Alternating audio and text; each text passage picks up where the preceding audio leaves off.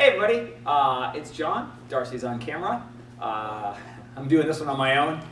This is the nutrition lecture. So this is our first nutrition lecture, and this is probably one of the most important talks that we give because everything that you do in here, all of it is based on what you do nutritionally. No matter how hard or how much you work out, you cannot outwork a poor diet. So this is the start of it. We're going to give you some nice, easy base things to follow to start off and go from there. So the first thing I want you to really think about doing is this right here, is that dietary accountability and measurement.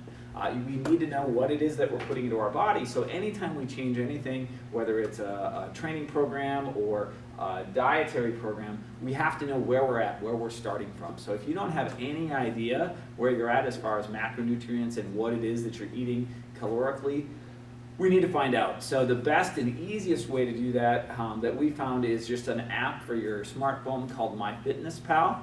And with that, you can scan barcodes and things like that and just put in how much that you ate. It'll search things up for you. It's fairly robust. And everything that you eat, down to water, anything that goes into your mouth, you're going to put into that and go through that. And I recommend that you don't even change anything for that first week or two when you do that. And what you'll find is that when you're logging things, you become more accountable because you're actually having to log it. So a lot of people are really surprised the amount of sugar that they eat to start. So that's a really good start. So we need to have a baseline before we make changes. So that's a good start. And we're going to have a direct effect of what we eat on how you feel and how your training goes. It's an odd phenomenon of what happens to folks when they start here is because the intensity of the workouts, that if you have a bad lunch or a terrible lunch, fast food or something like that, when you come in to work out in the evening, you don't feel well. You feel like you're going to get sick or you don't have any energy and things like that. So you're going to find out pretty quickly that what you eat directly affects every single workout. And that's a good thing because you'll find yourself, no, I've got a good WOD tonight. I need to eat something good for lunch today. And that helps out a lot. One thing you do want to think about is not limiting your calories. We need to be able to support the exercise, the workload that we're doing. So we want to eat to support exercise, but not so much that you're supporting that body fat. So we really want to think about that. When we look at the hierarchy of what it is that we want to do in CrossFit, the pinnacle of it is sport. And sport would be being able to do anything at any moment, moving in any direction, moving things outside the framework of our body, playing a sport. So whether it's softball or football or flag football or whatever it is that you're doing, it's spontaneous, and that's life. That's what sport is. And to be good at those type of things, we need to be good at weights and throwing, and that would involve moving things outside of your center of gravity. So weights would be outside, throwing things outside, wall balls, things like that. In order to be good at those, we have to be good at moving our own body through space. So that's our own center of gravity, and those would be gymnastic movements. And in order to be good at those, we've got to have enough conditioning, aerobically and metabolically, to be able to continue to do those movements. And in order to do that, we have to have enough nutrition. We have to have good enough nutrition to support those. So the base of our pyramid right here is nutrition. And if we sacrifice ourselves here, we're going to lose that much of our pyramid and that much of that training. So that's kind of a big deal when you think about it that way. So great.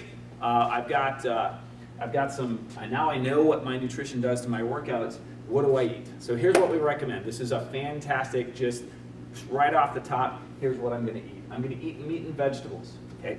Until I'm full. That's it. We're not going to limit you on how much of those that you can eat. We're just going to say eat meat and vegetables till you're full. We're going to have some fruit. We're not going to overdo it on fruit, but fruit's pretty good because it does have some sugar, but it's fructose. It's natural. Our body knows what to do with it. Nuts and seeds, these are good fats. And I'd throw in like avocados and things in there. Those are really good long-term sources of energy. You just need to be careful with those because if you're like me, you sit down with a can of cashews, and you can eat the whole can like that. So we just have to be careful with those, maybe portion those out so you're not going to eat too many. We want to have just a little bit of starch, so potatoes, rice, things like that. We want to avoid those, overdoing those at all. So those are okay in small amounts, but not too much.